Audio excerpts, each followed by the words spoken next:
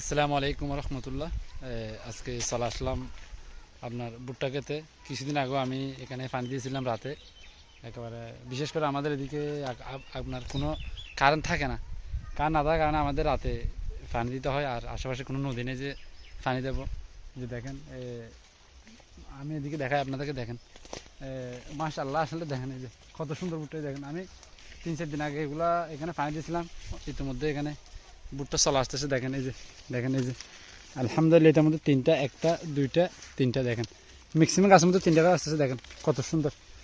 যেদিকে আমি আরও যাচ্ছি সেটা আল্লাহর নিয়ামত যে এত সুন্দর, এটা আসলে না বুঝলে দেখা যায় না।